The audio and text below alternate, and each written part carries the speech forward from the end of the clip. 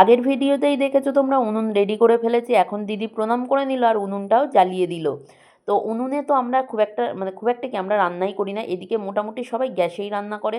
তো উনুনে একটু ধোঁয়া হচ্ছিল, তো আস্তে আস্তে আগুনটা ভালো করে জ্বলে গেলে আর ধোঁয়াটা হবে না।